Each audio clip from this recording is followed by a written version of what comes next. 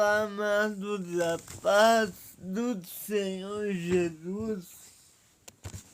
Faremos algumas semanas, demos uma pausa na exposição da Palavra de Deus no livro de Apocalipse, mas hoje, com gratidão, retornamos a essa exposição e vamos até o fim dessa maravilhosa exposição do texto bíblico. E hoje nós vamos falar do capítulo 10 do livro do Hernandes Dias Lopes, iniciando na exposição de Apocalipse capítulo 4. Nós estudamos já Apocalipse de Mateus, onde as igrejas elas recebem uma carta, cada uma das 7 igrejas recebe uma carta de Jesus Cristo, como diz o capítulo 1, a fiel testemunha, o primogênito dentre os mortos. Nós vimos então ao longo desses 3 capítulos o que o Senhor ele queria dar à sua igreja, qual é a mensagem apostólica para aquele período da igreja lá em Éfeso, em Esmina, em Pérgamo, em Tiatira, em Sardes, Filadélfia e outros, totalizando 7 comunidades. E nós temos agora um Jesus e um João passando uma mensagem da vinda do Senhor, de uma porta aberta no céu. Eu ainda não terminei o capítulo 3, mas a gente ainda tem que estudar um pouquinho ele e aí depois fazer um resumo. Mas hoje eu quero iniciar o capítulo 4 com vocês, nos primeiros 3 versículos. E vamos ver o que o apóstolo João e Jesus Cristo têm a nos dizer nessa altura. Essa altura, a igreja de Cristo já foi para os tribulacionistas. A igreja vai ser arrebatada agora, né, na metade dos 7 anos da tribulação, ou melhor, no início dos 7 anos antes da tribulação. Mas qual é o aspecto primordial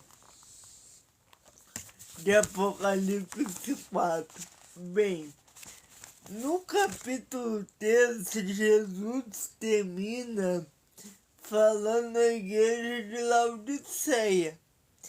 E ele fala que a igreja de Laodiceia era uma igreja morna, né? Uma igreja morta, que tinha perdido seu fervor espiritual e faz uma convocação especial para aquela igreja, que isso, próprio que isso faz uma convocação especial para aquela igreja e faz uma promessa, né?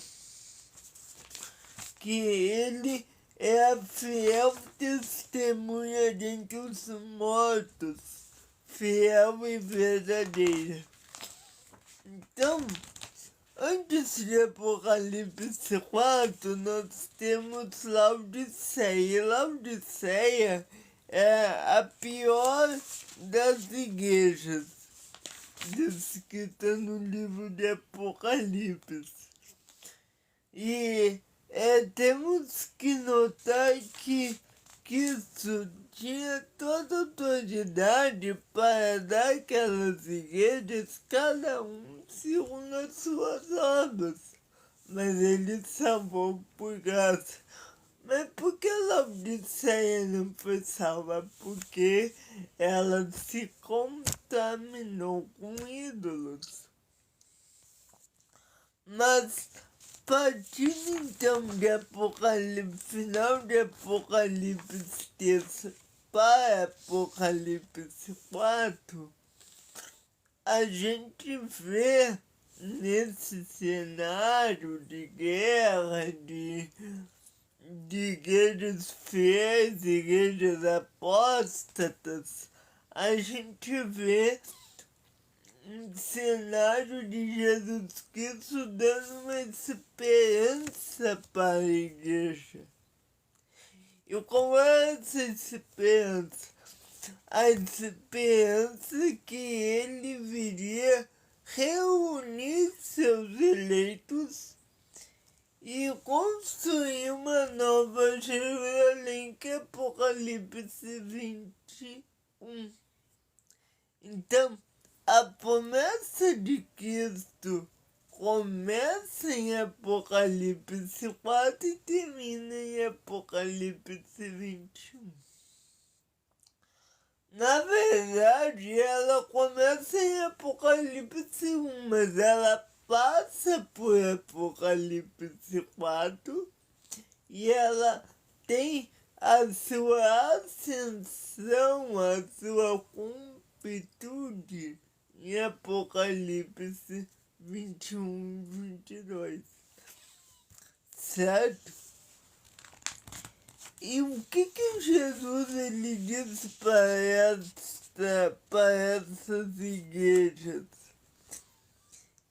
O apóstolo João ele diz assim: depois dessas coisas, que a expressão é metaptauta, olhei e vi uma porta aberta no céu e a primeira voz como a voz de trombeta que eu ouvi falar, que me disse: sobe aqui e mostra-te as coisas que depois destas devem acontecer. Nós já temos uma pequena introdução de Apocalipse 4 no canal, mas eu quero dizer que a mensagem de Cristo para essa igreja é que ele não apenas libera os acontecimentos, porque aqui logo no capítulo 6 posterior, Cristo vai começar a liberar os cavaleiros. Mas ele não libera somente os acontecimentos, mas principalmente o entendimento aquelas igrejas.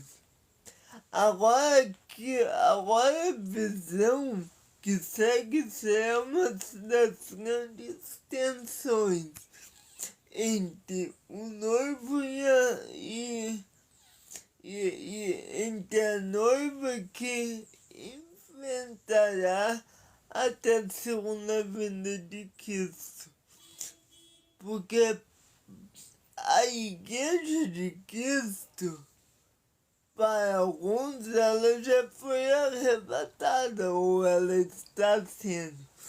Mas para quem não é pós-tribulacionista, mesmo assim,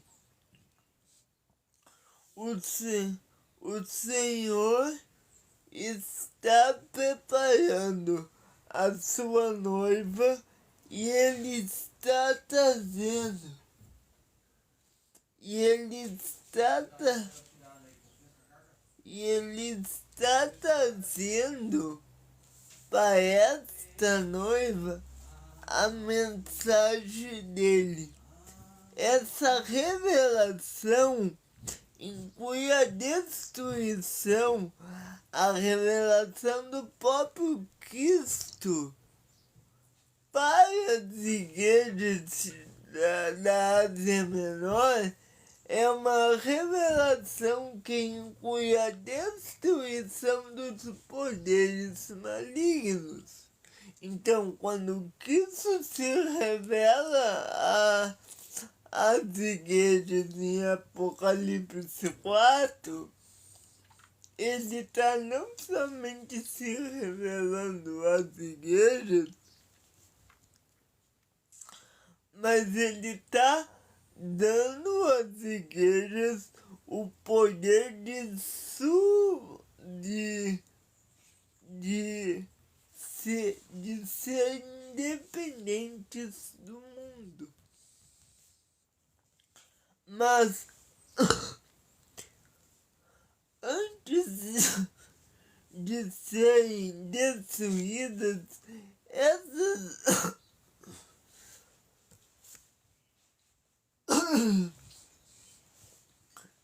essas forças se empenharão num esforço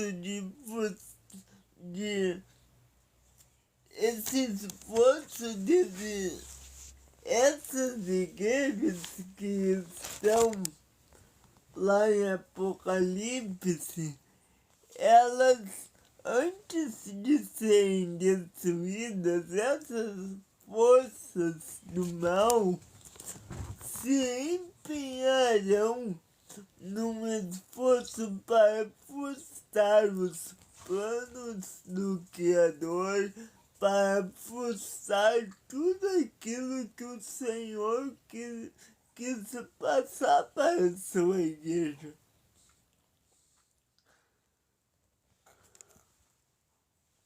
Essa é a grande tensão entre o reino de Deus e o reino de Satanás. Aqui em Apocalipse 4, se começa a se concretizar a verdadeira batalha entre Deus e Satanás. William Erickson diz que somente quando miramos todas as coisas, inclusive nossas tribulações, desde o aspecto do trono, é que obteremos um verdadeiro discernimento da história. Vou ler de novo. William Hendricks diz que somente quando miramos todas as coisas, inclusive as tribulações, desde o aspecto do trono, é que obtemos um verdadeiro discernimento da história.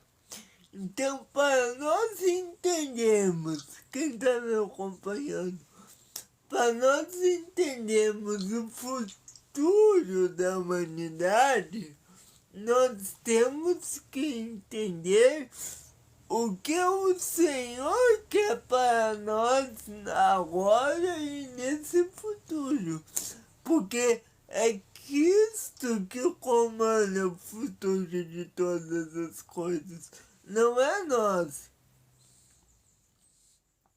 Então a mensagem central do livro de Apocalipse, muitos julgam erroneamente o livro de Apocalipse como o livro do pavor. Não, a mensagem central do livro de Apocalipse é, é, um, é mostrar esperança para a noiva de Jesus, esperança para essa noiva perseguida, para que seu Deus que está no trono do universo esteja com ela. É importante nós sabermos que antes do mundo perseguir a igreja, ou seja, a abertura dos 7 selos, Deus visitará o mundo com juízo parcial, que são as 7 trombetas, e o juízo final, que são as 7 taças.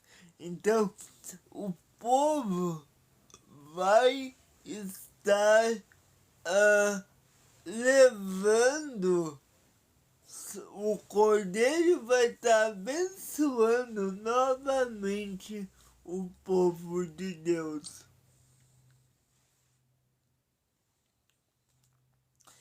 E tanto nas 7 trombetas quanto nas 7 taças, é revelado a João que Deus está entronizado naquela revelação e que ele está não somente entronizado, mas que ele está governando seu povo. Não importa o quão terríveis e incontroláveis sejam as forças do mal e que pareçam agir na Terra. Não. O que importa é que elas não podem frustrar os desígnios de Deus e eles não podem frustrar esses desígnios nem vencer a sua igreja, pois Deus, ele está no trono e ele concede graça à sua igreja. O destino da noiva, então, ela não está nas mãos do mundo. Ela não está nas mãos do homem, mas a igreja, preste atenção nisso. A igreja não está na mão do mundo, dos homens, dos poderes e principados terrenos, não. A igreja está nas mãos de Deus. A igreja de Jesus não perecerá eternamente. Ela até pode sofrer martírio aqui agora e nesse mundo físico, mas ela triunfará eternamente ao lado do Cordeiro. Amém? Então, quando o mundo é incendiado pelo ódio, pelas coisas, pelas guerras, conflitos, quando a terra está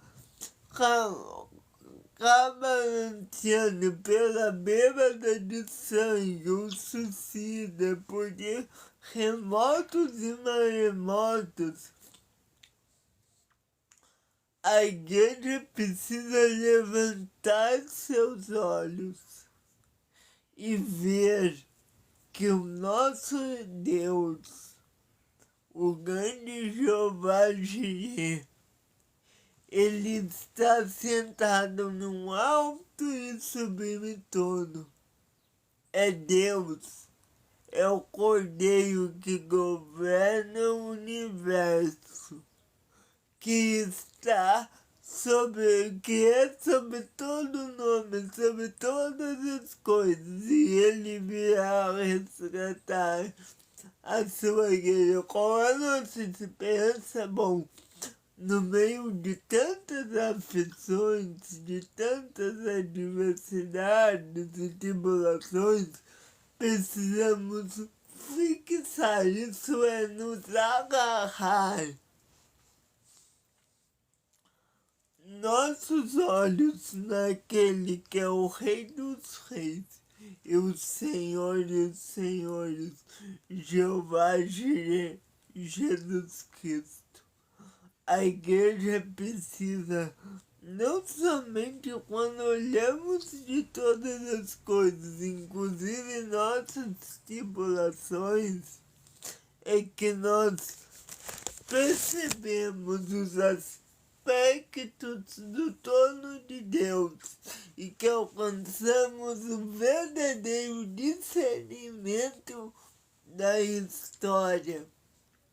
Então, o Senhor, ele tem uma linha para seus filhos, uma linha que irá cumprir a história. E no final dessa linha, o Senhor estará conosco. Lembre-se que a gente recém está iniciando Apocalipse 4, ainda tem muita coisa para nós vermos. Mas já em Apocalipse 4 a gente vê uma promessa do Cristo que intercede por nós, que nos dá vida, que nos dá amor, que nos dá júbilo. Então agora nós podemos iniciar Apocalipse 4. Nós já lemos ele, então eu vou dizer que aqui é a grande revelação de João. E ele está, desculpe, o Apocalipse é uma revelação do céu e não uma revelação da terra. João vê o que? João vê uma porta aberta no céu. E o conhecimento do futuro não é alcançado mediante artes mágicas ou a leitura dos astros, ou nem mesmo por profecias humanas, como os conselheiros do rei Nabucodonosor de outros faziam. Não. Matthew Henry diz que nós não podemos conhecer nada do futuro a menos, preste atenção nisso. Ele disse, Martin Henry, que nós não podemos conhecer nada do futuro, a menos que Deus o revele para nós. Então, nós sabemos que é Cristo que revela todas as coisas. O futuro está coberto por um véu, até que Deus abra as portas e retire o véu, até que Deus abra portas do céu. Esse véu será mantido. É Deus que revela. Apocalipse, ele não é uma revelação na terra, mas ele é uma revelação, um descobrimento, um descortinar do céu.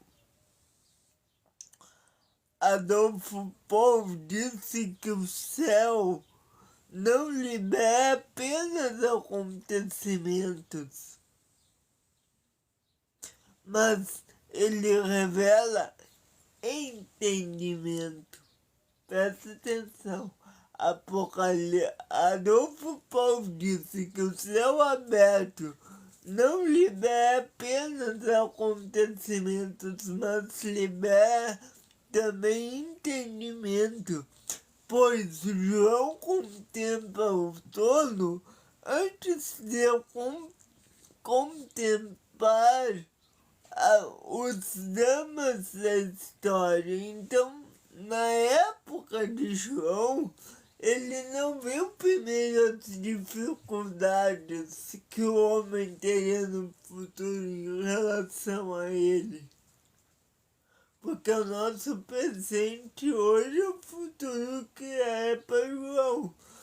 Então, ele não viu primeiramente o seu futuro, o nosso presente, não.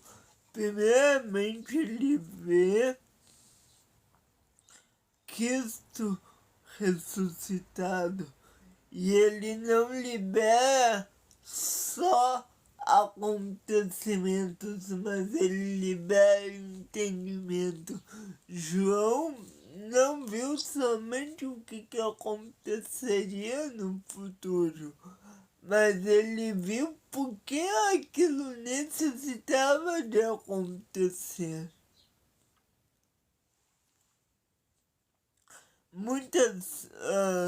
João contempla o trono de Deus e ele vê e ele muitas vezes sentimos como ser e ele contempla o trono antes de contemplar os dramas da história. Muitas vezes nós sentimos como se o céu tivesse fechado para nós. Segunda vez eu vou anotar aqui e aí depois a gente discute, tá? Deixa eu só terminar de falar aqui, eu já vejo com você. Então, olha o que diz em Isaías 63, 19 ao 64, versículo 2. Aqui diz o seguinte: tomamos-nos como aquele sobre quem tu nunca dominaste e como nunca se chamaram pelo teu nome. Ó, se fundesses os céus e descesses para fazer notório o teu nome aos teus adversários.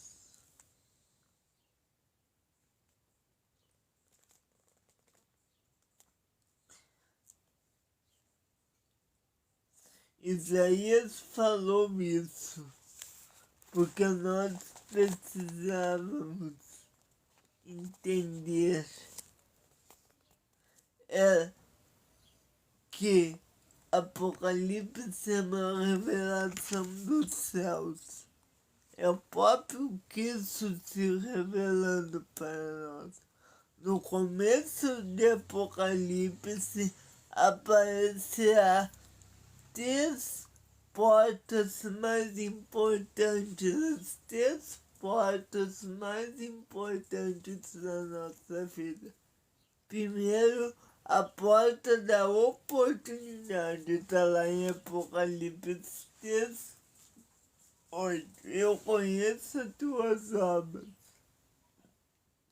Eis que há diante de ti uma porta que ninguém pode fechar, porque tem poucas forças e guardasse a minha palavra e não negasse o meu nome. Então, que isso dá à igreja a oportunidade. Por quê? Porque esta porta revela o que estava no coração dos crentes. E quando o seu coração está no Senhor, então Ele te dá a oportunidade. Quando o teu coração está meramente nas riquezas, na fama, nas coisas desse mundo, então Ele não dá essa oportunidade. A segunda porta que se abre é a porta do coração humano. Olha o que diz no verso 20, diz assim, aqui é outra porta, tá? Eis que estou à porta e bato. Se alguém ouvir a minha voz e abrir a porta, entrarei em sua casa e cearei com ele e ele comigo. Então a segunda porta que Cristo abre para a sua igreja no Apocalipse é a porta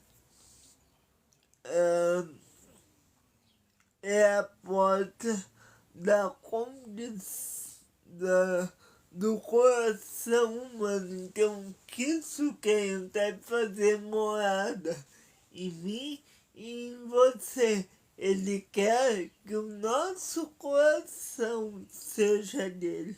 Então, a segunda porta que o Senhor abre é a porta do relacionamento para com Deus, certo? Quem está pegando aqui comigo? A terceira porta que Cristo abre é a porta da revelação, que é Apocalipse 4, verso 1, que acabamos de ler. É a porta que Jesus, ele dá ordem. Sobe para aqui e mostra-te as coisas que depois dessas devem acontecer. Esta porta é a porta dos céus, é a mais importante porta, a porta que Deus ele tem aberto a seus filhos e a cada um de nós. Então João, ou melhor, João é chamado ao céu para não ver o aspecto psíquico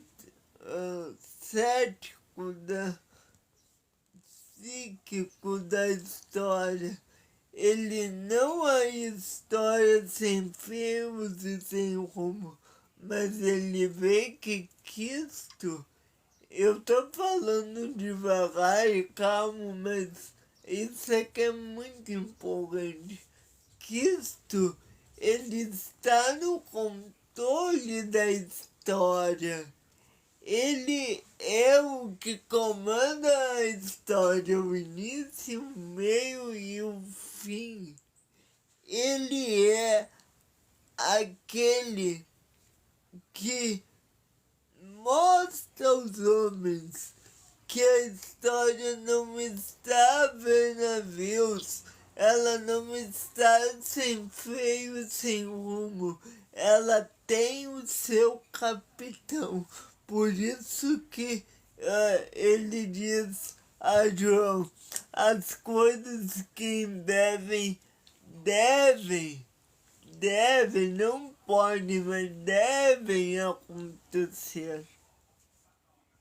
O Deus que está no trono é quem determina todas as coisas. Tudo que acontece é por determinismo de Deus.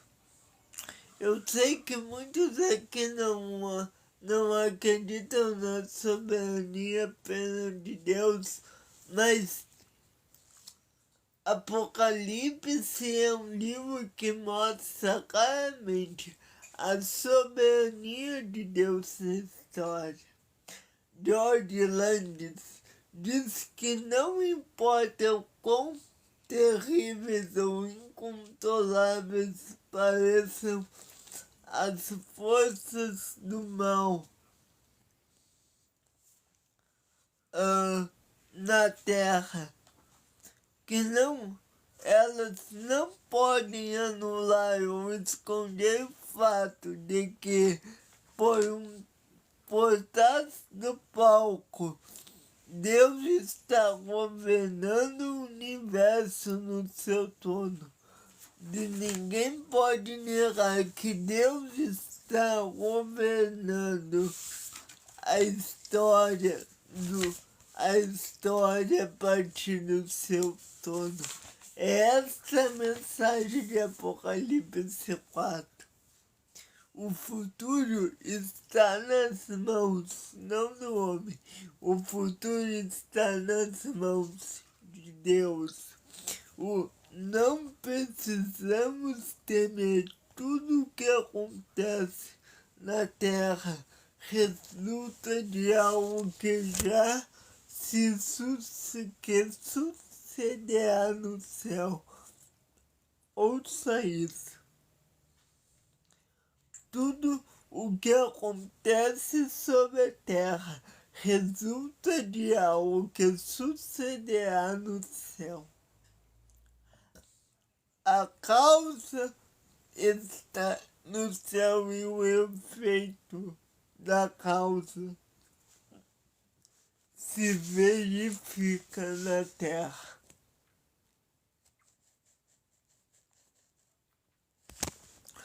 João imediatamente disse no Apocalipse: eu me achei em espírito.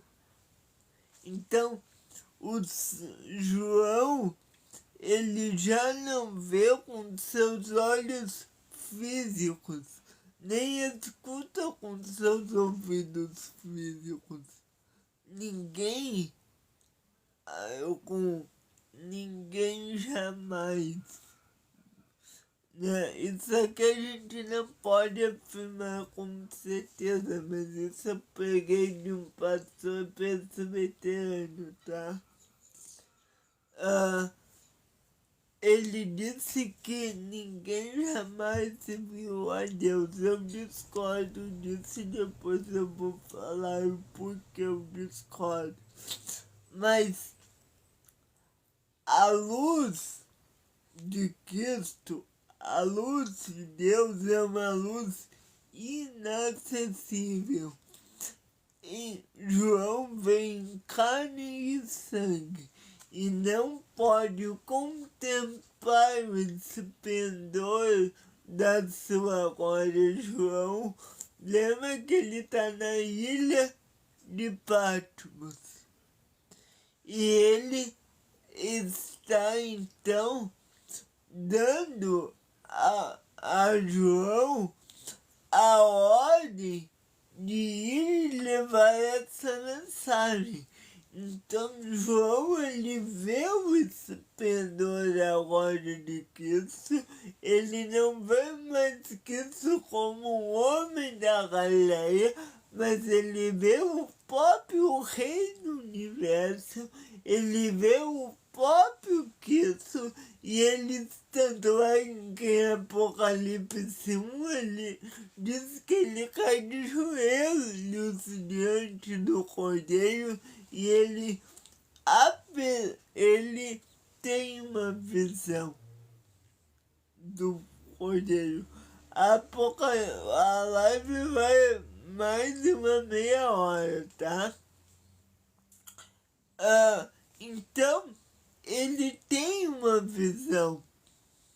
João vê Cristo ressurreto. E Deus, então, ele é apresentado no trono do universo. Por quê? Porque Deus, ele já está no trono. Então ele já está, não, ele sempre esteve. Então, Deus, ele é apresentado como o Rei, como o Senhor. Ele é o Senhor e o Salvador, certo? Agora, depois que a gente vê a abertura dessa visão em Apocalipse 4:1, a gente tem que ver que o arrebatamento de João, ele é algo também extraordinário. O próprio ato, além da visão em si, o próprio ato do arrebatamento de João é algo extraordinário. Em Apocalipse 4:2, ele diz assim, e logo, presta atenção, e logo fui arrebatado em espírito, e eis que um trono estava posto no céu, e um assentado sobre o trono. João, ele viu um trono no céu. Isso, em primeiro lugar, a gente tem algumas verdades preciosas nesse texto. A primeira delas é que João viu um trono no céu. Ele não viu um trono no espaço, na Terra, nas galáxias, não. Ele viu um trono no céu. E esse trono é um lugar de honra, autoridade e julgamento. Esse trono mostra que todos os outros tronos da terra estão sob a direção desse trono. E todos que vivem sob a jurisdição desse trono são do céu. O livro de Apocalipse é um livro que demonstra a soberania de Deus e que está no controle, que mostra que Deus está no controle de todas as coisas. Aquele que criou todas as coisas, ou seja, Jesus Cristo justo, está no controle de tudo. E ele levará a história para uma consumação final, onde este será vitorioso. É que isso que é o autor, o consumador da história, e é para Cristo que a história caminha, é para dar glória a Cristo, e não para nós. Deixa eu fazer um parênteses aqui rapidinho. Quem tá comigo, diga amém aí, eu quero ver. Uma vez, a minha mãe me perguntou assim, tchau,